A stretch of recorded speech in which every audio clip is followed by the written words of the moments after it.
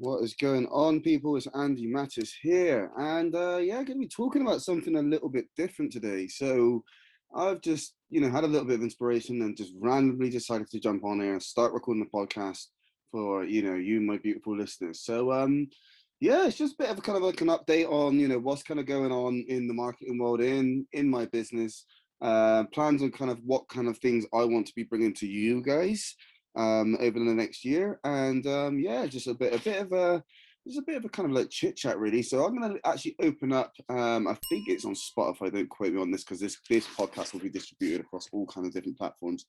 But on Spotify, I'm going to leave like a little Q&A comment section down below, so you guys can kind of interact. But yeah, first of all, even before we kick this off, I just want to know from you, the listeners, man, like what content do you want to get? What content do you want from me? If you're not sure what content you want from me, like what things are you struggling with in your business? Or is there things that you're struggling with in your life, which is carrying over, meaning, making your business a struggle?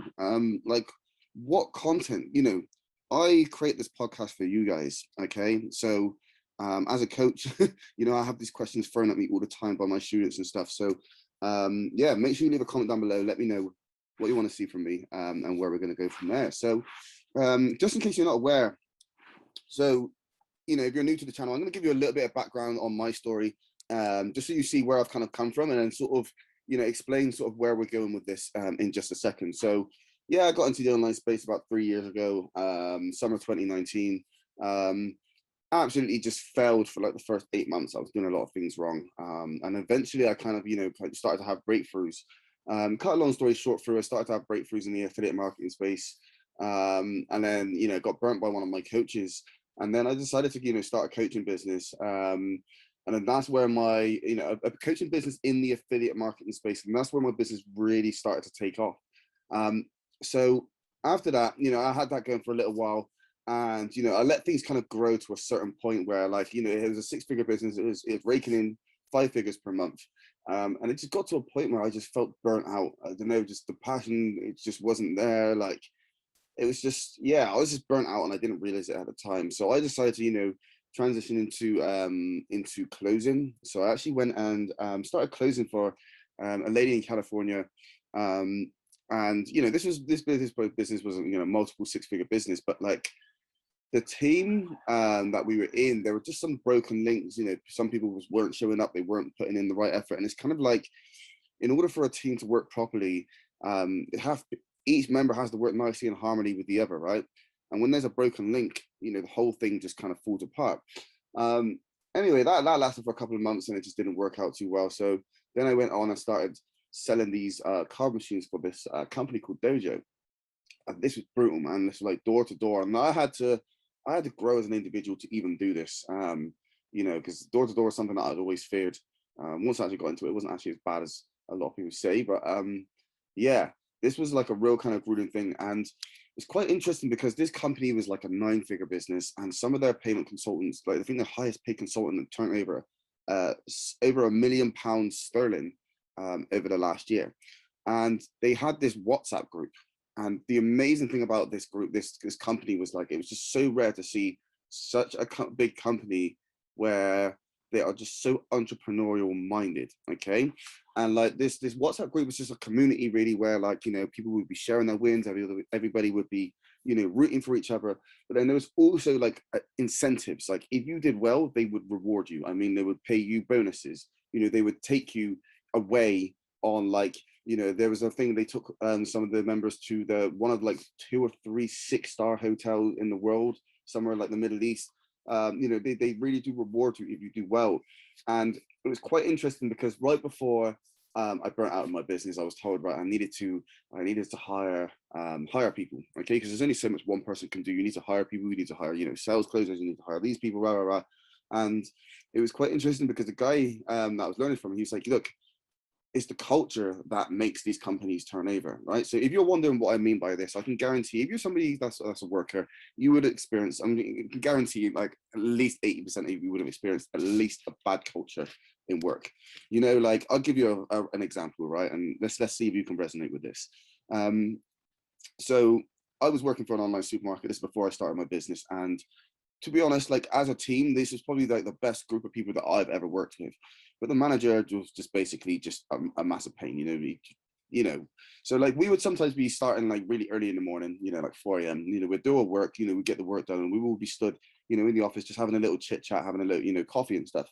And then sometimes, Paul, the manager, he would rock up in his car, we would see him, and instantly everybody would just boom straight back out in the warehouse, because they knew if we all stood there, he would come in. Oh, is this what you're getting paid for? Just stand around, you know what I mean? And that's a bad company culture where, like, a manager's essentially got little man syndrome, but they're so, they think they're in such a high place, it makes them unapproachable. It makes them people want to behave differently.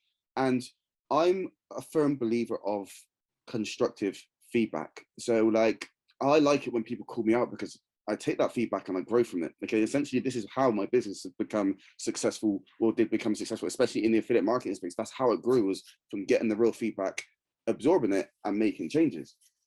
All right. So, like, I've been on this journey of closing. I went through these two opportunities, which just basically fell on their ass.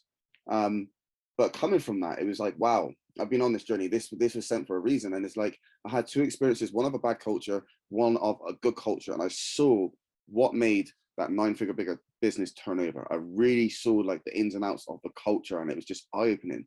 So essentially, this is how like, what we're doing now is like, we're coming back to, helping coaches and consultants, but I'm coming in a way where, I understand this culture of what really makes these successful businesses turn over. And it's quite interesting, because I've got another friend of mine, his name's Tiger Rush. He switched over into the affiliate marketing space. So just in case any of you are like looking to go into affiliate marketing, that's the guy to hit up, Tiger Rush. You can find them on Facebook. But he's a good friend of mine. And Tiger's absolutely killing it. Like, I think when he got into affiliate marketing, he did over 10K in his first 30 days, right? And he's like, been like a multiple 6-figure earner.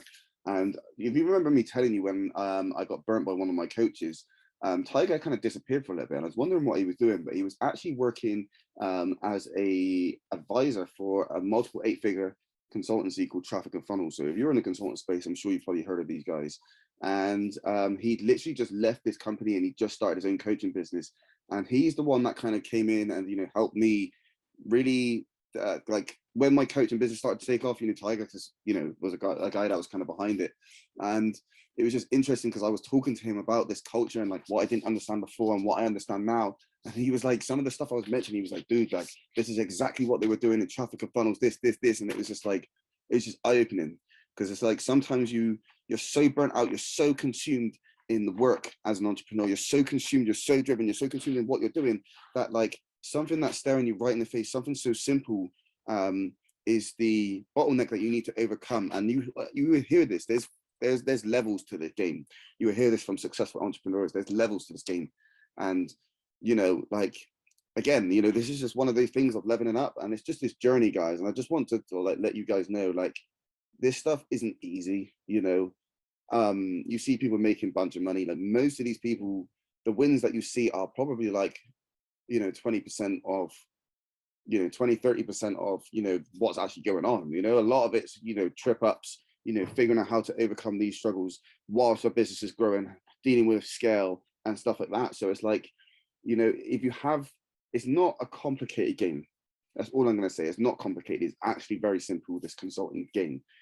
But don't confuse simple with easy. Okay. And I just wanted to come on and just really share, my journey, where I'm going with this. And I hope you guys, just from taking you on this, I hope you guys can see where I'm going with this. We're helping coaches, consultants, scale their businesses, but also helping them do this in a way where they can build a business that can continue to scale without them needing to be the one that's actually doing all of the work, right? This means that, if you're somebody that's a lorry driver and you're stuck at home, you're not stuck at home, you're stuck, in your lorry, and you want to be at home with your children, then you can have a system, a business where it can eventually, obviously it's going to take work to build up, but it can run on autopilot when you build assets. Okay, you're focusing on building assets which will continue to work for you for the rest of your life. So this is really what this is about. I'm just excited about this journey, because I just know I've just got the golden link that I was missing before, even when I was already running a 6-figure business. So yeah, just watch this space. If any of you guys haven't already, please do subscribe to my YouTube channel. I'll leave a link down in the description. But yeah, this is just a one-off, unique podcast. You don't see me do one like this very often. So yeah, this is for you guys. I'll leave a Q&A open. I'm pretty sure it's on Spotify, the little Q&A section down in the bottom. So leave a comment down below. Let me know what comment you want, what content you want to see from me. And yeah, I hope you have a good day, good morning, good evening, whenever you're listening to this. Goodbye.